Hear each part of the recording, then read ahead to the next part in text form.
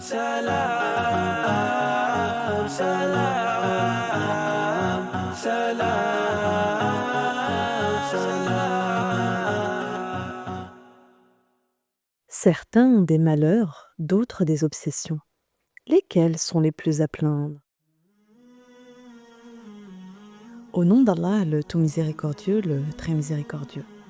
Et dans le récit, il y a certes une leçon pour les gens doués d'intelligence, Surat Yusuf.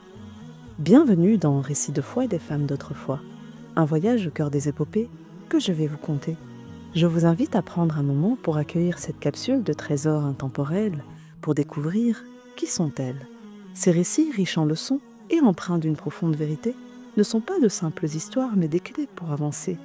Installez-vous confortablement, laissez-vous emporter par ces pans de vie et plongeons ensemble dans un monde d'enseignement infini. Voici l'histoire de Zulaykha, l'obsession d'une femme amoureuse. Le monde évolue, le monde change.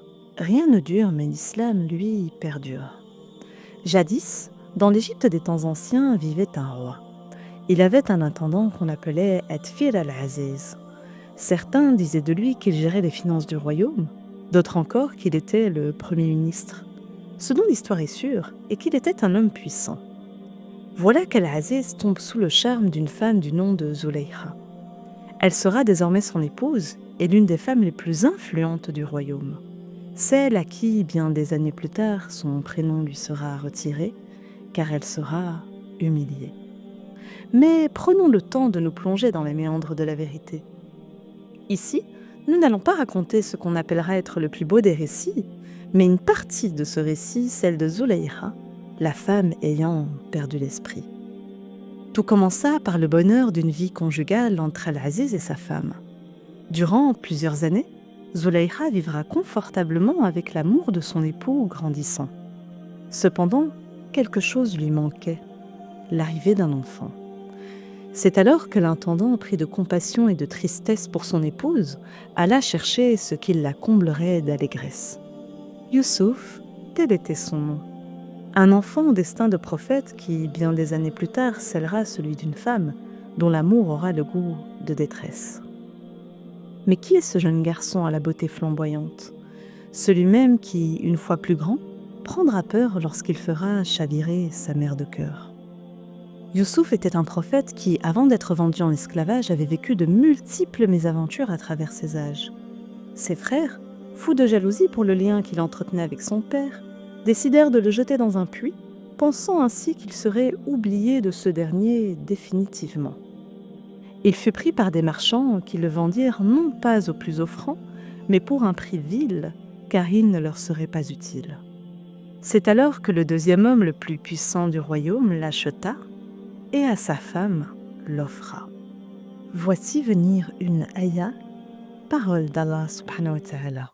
بسم الله الرحمن الرحيم وشروه بثمن بخس دراهم معدودة وكانوا فيه من الزاهدين وقال الذي اشتراه من مصر لامرأته أكرمي مثواه عسى أن ينفعنا أو نتخذه ولدا وكذلك مكنا ليوسف في الأرض ولنعلمه من تأويل الأحاديث والله غالب على أمره ولكن أكثر الناس لا يعلمون. Accorde de lui une généreuse hospitalité, dit-il. Il se peut qu'il nous soit utile ou que nous l'adoptions comme notre enfant. C'est ainsi que deux devinrent parents. Une année faisant place à l'autre, et voici que Youssouf atteignit sa maturité. Son caractère était celui d'un homme de bien. Allah subhanahu wa ta'ala lui accorda sagesse et savoir, c'était une vérité. On dit que sa beauté était égale à son bon caractère, époustouflante, rayonnante. Pour en témoigner, nul autre que notre noble prophète bien-aimé, Muhammad sallallahu alayhi wa sallam, qui au détour de son ascension dans le ciel, le rencontrera et dira de lui qu'Allah lui a donné la moitié de la beauté de l'humanité. Zulaykha le vit grandir et l'observa. Ce physique, majestueux, ne passa pas inaperçu à ses yeux. Comment résister à l'homme qu'elle a connu jadis enfant, dont la beauté et le bon caractère surpassent même l'amour que lui porte son tendre époux l'intendant? Comment se nomme cette maladie qui emplit son cœur, cette maladie qui atteint tout être humain de tout temps, tout âge et toute époque? Serait-ce l'obsession d'un amour interdit ou le mal d'amour? Quoi qu'il en soit, nul équivoque. Il est temps de faire taire son désir ardent. Voilà que celle que l'on considère comme une femme influente d'Égypte met son plan à exécution et décide de fermer toutes les portes d'une pièce pour bloquer Youssouf dans le but de répondre à ses pulsions. Elle dit « Viens, je suis prête pour toi ». Youssouf répondit « Qu'Allah me protège, je ne peux trahir mon maître qui m'a traité avec générosité, car les traîtres ne peuvent jamais prospérer. » Ce dernier, pris de panique, se mit à courir, comprenant la tournure que prenait cet événement historique. Elle était prête à le séduire. Une porte après l'autre, courant à toute vitesse, il décide de fuir. Il sut très vite qu'elle avait tout prévu. Elle souhaitait être sienne à cet instant, la moralité, elle en était dépourvue. Voici venir une ayah, parole d'Allah subhanahu wa ta'ala. بسم الله الرحمن الرحيم ولقد همت به وهم بها لولا أن رأى برهان ربه كذلك لنصرف عنه السوء والفحشاء إنه من عبادنا المخلصين. Et elle le désira. Et il l'aurait désiré n'eût été ce qu'il vit comme preuve évidente de son Seigneur. Ainsi, nous avons agi pour écarter de lui le mal et la turpitude. Il était certes un de nos serviteurs élus. Il se passa deux choses auxquelles le prophète ne s'attendait pas. La première fut que Zulaykha, dans sa démence, la grippa à l'arrière et lui arracha sa chemise. La seconde fut qu'au même moment, une porte s'ouvrit et le voilà nez à nez avec la personne la plus improbable en cet instant. Son maître et père, Al-Aziz. Le rideau est tombé. L'un en est soulagé, tandis que l'autre se prépare à le manipuler. Son épouse s'écria. « Quel châtiment mérite celui qui a voulu déshonorer ta femme, sinon la prison ou un châtiment douloureux ?» Youssouf dit « C'est elle qui a voulu me séduire. » Un parent de l'épouse, assistant à la scène qui se déroulait, apporta son aide et dit « Si sa tunique est déchirée par devant, alors c'est la femme qui dit vrai, et c'est Youssouf qui ment. Mais si la chemise est déchirée par l'arrière, alors c'est elle qui ment, et c'est Youssouf qui est sincère. » Son époux constata avec effroi que Youssouf disait vrai et était de bonne foi. « C'est bien de votre ruse de femme. Vos ruses sont vraiment énormes. Youssouf, ne pense plus à cela, et toi, femme, implore le pardon pour ton péché, car tu es fautive. » En entendant Al-Aziz l'appeler par son prénom, Youssouf fut délesté d'un poids et put à nouveau retrouver son statut d'enfant aux yeux de cet homme aimant. Il pardonna à son épouse cet écart de conduite. Cette femme était connue pour être belle et avoir un caractère fort, qu'il ne put la condamner pour cette tentative vaine. Al-Aziz n'était pas un homme de haine. Après quelque temps, voilà que la rumeur se propage. Ce n'était pas un mirage. L'on dit que la femme de l'intendant s'était éprise de son servant.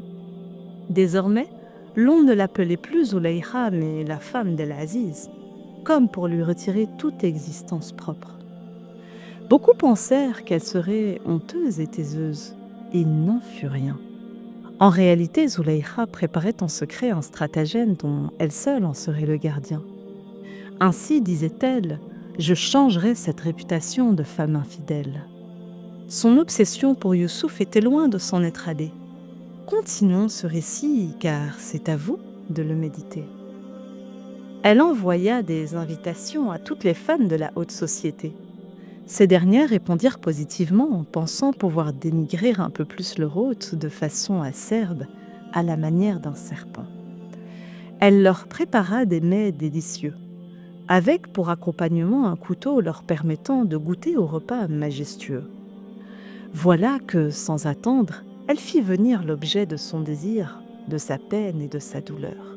« Youssouf, entre donc !» cria-t-elle. Une porte s'ouvre, un pas, puis l'autre. Voilà que Youssouf prit peur. Il sentit le vent tourner à nouveau.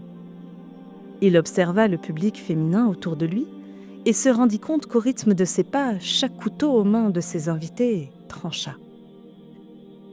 Zulaykha, heureuse de constater que les yeux des commères étaient écarquillés, les laisse l'admirer, à n'en point douter, ce qu'elle leur réserva était ingénieux, car au-delà de ses espérances, voilà que ces femmes tailladèrent non pas la collation, mais leurs propres mains, oubliant même la souffrance en contemplant la beauté inhumaine de celui qu'on disait jadis être un jeune enfant. Voici venir les ayats, paroles d'Allah subhanahu wa ta'ala. بسم الله الرحمن الرحيم فلما سمعت بمكرهن أرسلت إليهن وأعتدت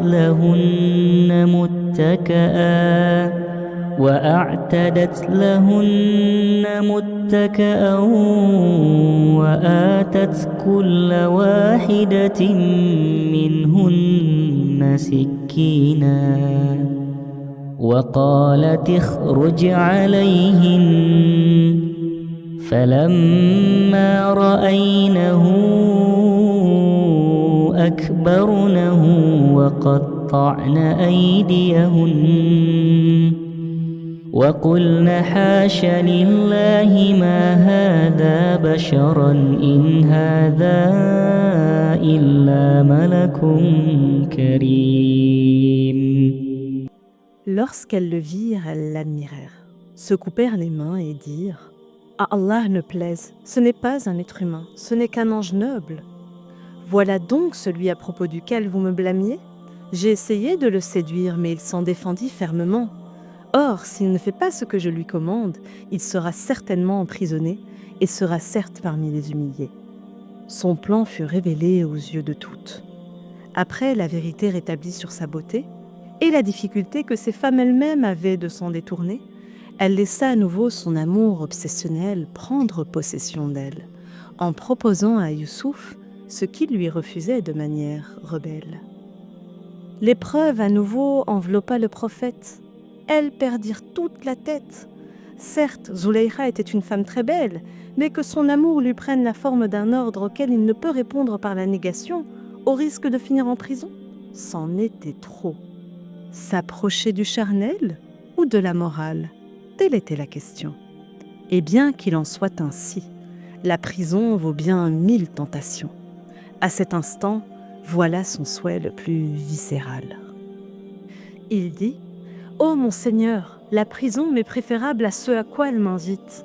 Et si tu n'écartes pas de moi leur ruse, je pencherai vers elle et serai du nombre des ignorants. » Son Seigneur l'exauça donc et éloigna de leur ruse. C'est lui vraiment qui est l'audient et l'omniscient.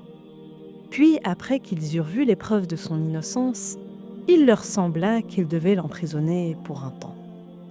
Le prophète fut jeté en prison, avec 4 murs pour seul horizon. Les jours devinrent des mois, les mois des années, au rythme des saisons. De son obsession pour lui, elle n'en fit pas un oubli. Elle la transforma en colère. Pour Zulaykha, les années prenaient un goût amer. Durant ce temps écoulé, elle ne put l'innocenter pour établir la vérité, car il préféra la prison à son amour, et de par cet affront, elle ne fit demi-tour. Youssouf restait accroché, son esprit toujours confiant en sa destinée, car le choix qu'il avait fait de se refuser à toutes ces dames a sauvé son âme, avec l'espoir toujours d'avoir un toit auprès d'Allah subhanahu wa ta'ala. Dieu lui avait donné un don, celui d'interpréter les songes, car nombreux étaient les charlatans qui le faisaient, avec pour empreinte le mensonge. Dans sa cellule, il avait 2 compagnons. Il put leur prédire leur avenir. Le premier serait destiné à être crucifié, tandis que le second, son maître, va le libérer car il en aura l'utilité. Ce maître était le roi d'Égypte et il eut une vision. Mais qui pourrait bien lui en donner la symbolique ? Le servant, qui fut en compagnie de Youssouf et sauvé des années auparavant, se souvint de cet homme au caractère authentique. Interpréter ce songe, il en serait capable. Il fut envoyé par le roi auprès de ce prisonnier. Sans aucune prétention, il en fit directement l'interprétation, sans demander la moindre rémunération. Le roi ordonna qu'on fasse sortir ce malheureux, mais le prophète ne voyait pas les choses avec les mêmes yeux. Pour lui, l'interprétation de ce rêve ne serait qu'une trêve. Si l'on ne lui donne pas l'innocence, ce temps perdu n'aurait point de sens. Voilà qu'un jugement fut enfin prévu. Les femmes présentes au repas, ainsi que Zulaïcha, furent convoquées pour rétablir l'authenticité de ce qui s'était déroulé il y a des années. Avec beaucoup de honte, elle raconta le récit de celui qui ne fut point épris. Certains diront que pour Zulaïcha, le temps du repentir sonna. Pour d'autres, ce ne fut qu'une manière pour elle de prouver que sa pulsion n'arriva jamais à consommation, et ainsi son honneur rétabli auprès de la société et de son mari. C'est ainsi que s'achève ce récit, l'histoire d'une femme et de son obsession qui causa bien des déboires à un homme de raison. N'en déplaise à certains, l'histoire de Zulaïcha est une leçon pleine de pardon pour qui reste humain. Mais nous ne vous laissons pas ainsi. À ce récit, il y a une suite pour les plus courageux et les plus curieux. Laissons place à la seconde partie, celle des leçons à en tirer de ce récit. Assalamu alaikum wa rahmatullah. Bienvenue dans la seconde partie de Récits de foi des femmes d'autrefois. Si vous êtes arrivés jusqu'ici, eh bien, je vous en remercie. Nous allons à présent nous plonger dans le rappel de certaines leçons fondamentales à retenir sur ces récits à travers l'analyse faite par plusieurs grands imams. Dans ce podcast, nous avons pris la décision de toujours citer les sources provenant des savants à une époque où la parole elle est largement donnée à tous et où il est devenu courant de partager des enseignements religieux sans en mentionner l'origine. Cette rigueur, chers auditeurs, elle est essentielle pour préserver l'authenticité et la fiabilité de notre discours. Aujourd'hui, nous allons voir 4 leçons à en tirer de ce récit. La première leçon sera le fait de se rattacher à Dieu et à sa protection et de maîtriser ses désirs. Le fait de rechercher refuge auprès d'Allah subhanahu wa ta'ala pour se protéger de toute forme de tentation est un point primordial, essentiel, une obligation. C'est la première chose que fait Youssouf avant de se mettre à courir ou de faire les causes pour se sauver du piège tendu par Zulaïcha. Lorsque la femme d'Al-Aziz tenta de séduire Youssouf, il chercha refuge auprès d'Allah subhanahu wa ta'ala, démontrant ainsi une forte détermination à résister aux désirs charnels. Ibn Kathir souligne que bien que la femme d'Al-Aziz ait été attirée par Youssouf et ait tenté de le séduire, Youssouf, par sa piété et sa confiance en Allah, a résisté à cette tentation. Cette attitude illustre l'importance de maîtriser ses désirs et de chercher protection auprès d'Allah subhanahu wa ta'ala face aux tentations. La deuxième leçon est le fait de se retrouver isolé avec le sexe opposé. Un des premiers enseignements est l'importance de ne pas s'isoler dans un endroit fermé avec un homme ou une femme étrangère. Ainsi, il est important de s'éloigner de tout ce qui peut nous mettre dans une situation poussant à commettre la fornication. L'incident entre Youssouf et Zulaïcha s'est produit lorsqu'ils étaient seuls, ce qui a facilité la tentative de séduction. Cet épisode met en évidence le danger potentiel de l'isolement pouvant mener à des situations compromettantes. Les savants déduisent de ce récit l'importance de prendre des précautions pour éviter de telles situations, conformément aux enseignements islamiques qui encouragent à préserver la moralité et à éviter les occasions de tentation. Chers auditeurs, vous devez bien comprendre que les enseignements mettent en lumière l'importance de la maîtrise de soi et de la demande de protection à Allah, pour résister aux inclinaisons de l'âme qui, elles, tendent vers les plaisirs interdits. Ils encouragent les croyants à renforcer leur foi et à chercher refuge auprès d'Allah subhanahu wa ta'ala pour surmonter les tentations. La troisième leçon est la gestion des épreuves avec sagesse. Malgré les fausses accusations portées contre lui, Youssouf fit preuve de patience et de sagesse durant plusieurs années lorsqu'il était en prison, par exemple. El-Qurtubi note que son comportement exemplaire face à l'injustice démontre l'importance de la résilience et de la confiance en Allah Azzawajal lors des moments difficiles. Enfin, la dernière leçon est la manifestation de la vérité malgré les complots. Bien que Youssouf ait été emprisonné suite aux machinations de la femme d'Al-Aziz, la vérité finit par éclater, menant à sa libération et à son élévation en statut. Ibn Kathir met en évidence que cet épisode illustre comment la vérité triomphe toujours, même face aux complots et aux injustices. Ces enseignements, tirés des travaux d'éminents exégètes, offrent aux croyants des leçons sur la reconnaissance des signes divins, la gestion sage des épreuves, l'importance de l'honneur et la certitude que la vérité finit toujours par prévaloir. Merci à vous pour votre écoute. Restez toujours plein d'espoir et je vous retrouve la semaine prochaine pour une nouvelle histoire.